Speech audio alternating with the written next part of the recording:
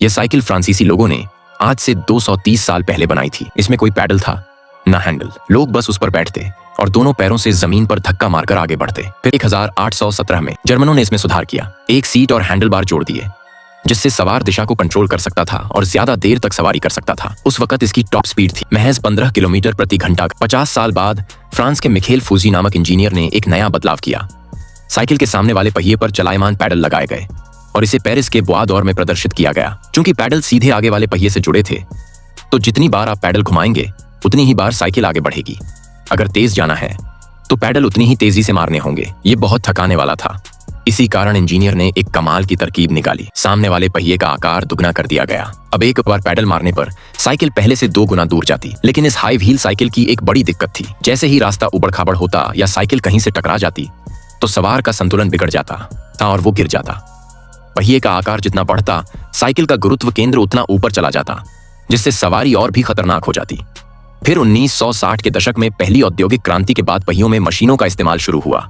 अब गियर से भरे पहिए बनाए जाने लगे। एक बड़ा पहिया छोटे पहिए को एक बार में 3 बार घुमा सकता था।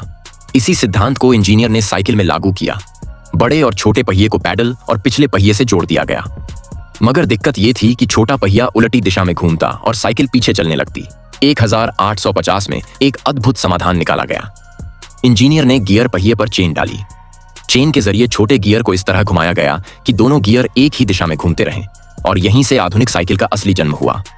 1922 में जब चीन के अंतिम सम्राट पू यी की शादी हुई तो पू परिवार की ओर से उन्हें एक साइकिल तोहफे में दी गई। वो चीन का पहला सम्राट बना जो महल के अंदर साइकिल चलाता था और सवारी आसान हो इसके लिए उस महल का दरवाजा तक निकलवा दिया।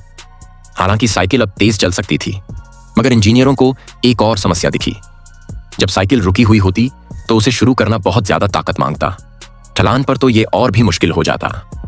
इंजीनियरों ने देखा अगर आप छोटे हैंडल से पहिए को घुमाते हैं तो आपको पूरी ताकत लगानी पड़ती है।